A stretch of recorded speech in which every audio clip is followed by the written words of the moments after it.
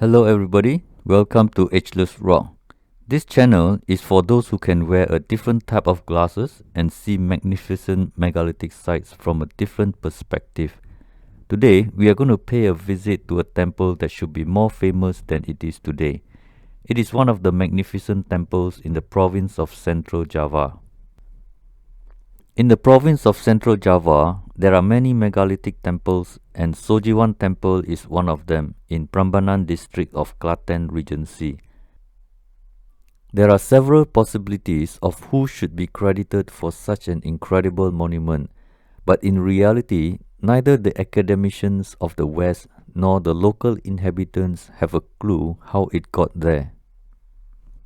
According to mainstream, this temple is believed to have been built between 842 AD and 850 AD. There isn't any solid evidence that this is the case because it was based on a connection from Rukam inscription. According to Rukam inscription dated 907 AD, there was a ceremony for an individual by the name Nini Haji Rakrian Sanjiwana for restoring Rukam village after an earthquake that damaged the village. So I'm not sure how this can relate to a megalithic temple. The inscription mentions that the inhabitants were to take care of a sacred building in Limwong. I think archaeologists say this must be the temple and therefore the most awesome person is Pramodhawadhani and therefore Sajiwan is Pramodhawadhani. But this is still a loose connection and is therefore still not 100% confirmed. Credit for rediscovery is given to Colin Mackenzie, who was a Scottish army officer and an Orientalist.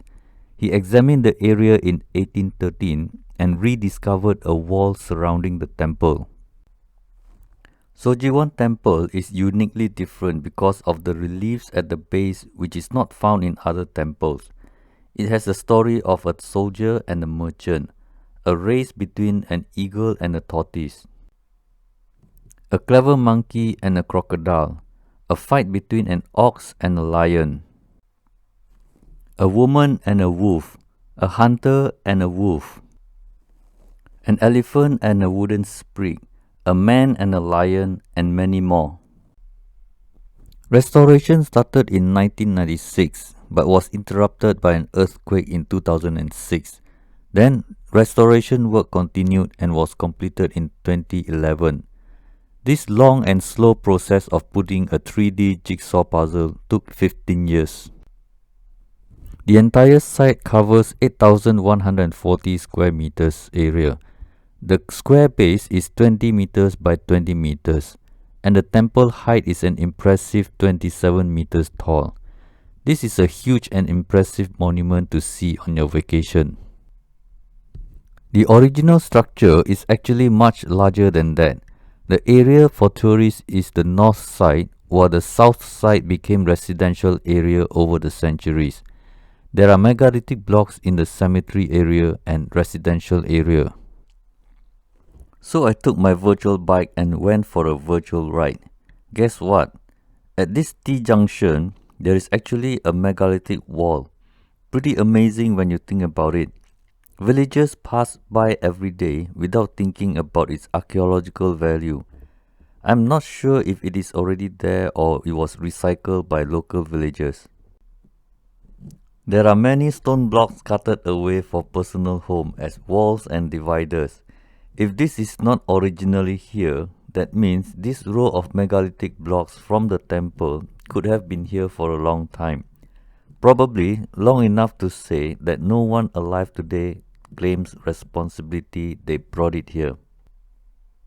In case you are wondering if this is just a recent stone block from a factory or actually megalithic temple materials, here is a zoom in of polygonal blocks.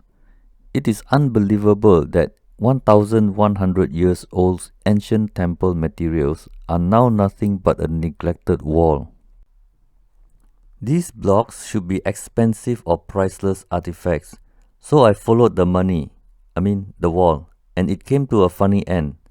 Both sides curve into somebody's house, At this point, it becomes clear to me that these are recycled materials from ancient Mataram kingdom. Although we know very little about Sojiwan Temple, at least we know for sure Santo Virono has a polygonal megalithic wall for his house, courtesy of Sajiwan or Sojiwan or Pramodhawadhani or Sri Kahulunan. These four names are the same person. That is how confusing mainstream is at this point. I also found this interesting row of stones. I am not sure what they are, but could be some cheap ancient stones used for a temple about 1100 years ago. Why buy bricks if Rakai Pikatan of Sanjaya dynasty said it is okay to take some and use? It was easy to make and they had too many anyway. The cheap and useless ancient megalithic blocks can be found randomly all over nearby areas. As in this case, they could be stacked as boundary for cemetery, or maybe it was the cemetery added around the megalithic ruins. The stupa stone materials were looted from the temple as batu umpa or foundation stone for their wooden house. These looting and recycling activities were committed by the homeowner's ancestors, but it wasn't a crime at that time. Probably Rakai Pikatan would be happy to see his temple put into good use. We tend to think that earthquake destroyed much of the temple and turned a beautiful stupa into a pile of rubble, but actually that is not true. As you can see from this old photo before reconstruction, the stupa was affected by earthquake but didn't turn into a pile of rubble. The biggest threat to ancient site is actually human. Let's look at some history and myth to understand this site a little bit better. It is believed that Nini Haji Rakriyan Sanjiwana is Pramodhawadhani, also known as Sri Kahulunan or Sanjiwana, who in her mythical form is Roro Jonggrang. She married Prince Rakai Pikatan or the mythical Prince Bondowoso. This is a story where Pramodhawadhani is believed to be the daughter of King Samaratunga, who is believed to be the so-called mythical King Prabhuboko. Balaputra is believed to be her brother lost in a battle to Rakai Pikatan. However, based on another inscription, Balaputra is believed to be her uncle. So as you can see, we know so little that we rely on a legend with mythical characters to loosely link to one inscription. Today, we use this story of marriage between Buddhist Pramodhawadhani and Hindu Rakai Pikatan to conclude that Hindus and Buddhists live in harmony in Indonesia. But the fact is, megalithic caves with Hindu and Buddhist carvings can be found all over India. There is no story or legend to link other than the fact that Hinduism is a very tolerant religion that allows other religions to flourish because any god can be a Hindu god as well. The most significant and magnificent place to visit is Kailasa Temple in Ellora Caves. According to mainstream, Sojiwan Temple was built in the middle of 9th century. It was abandoned for unknown reason. Then it was rediscovered after many centuries. It took almost 200 years to start reconstruction, which took 15 years. In the meantime, between 9th and 19th century, only earthquakes and looting took place. Everything else is wiped off history, whether written or oral. The civilized Javanese lived with earthquakes and volcano eruptions for thousands of years. Even if Mount Merapi were to erupt several times during the entire reign of Mataram Kingdom, it will not be enough to get the population to migrate from megalithic sites to the point of complete abandonment.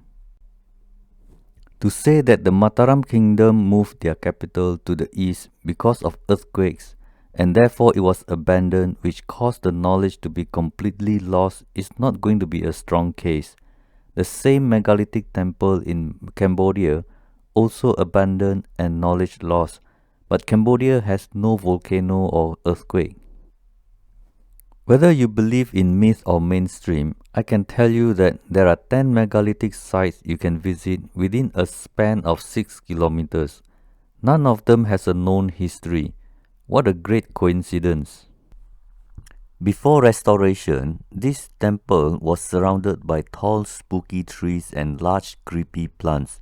There are many superstitions and had mysterious incidences in the past. For example, a villager urinated on a Cambodia tree and had acute stomach pain upon reaching home. Cambodia tree or plumeria is believed to be the hot spot for ghosts and demons. Today, it is a relatively unknown tourist site worth visiting. It is a lot less crowded and the scenery is beautiful. Don't forget to stay overnight to get another perspective of night view before you move on to another megalithic temple. I hope this presentation will shed some lights in understanding Sojiwan Temple. That's all for now and see you soon. Sekian, terima kasih.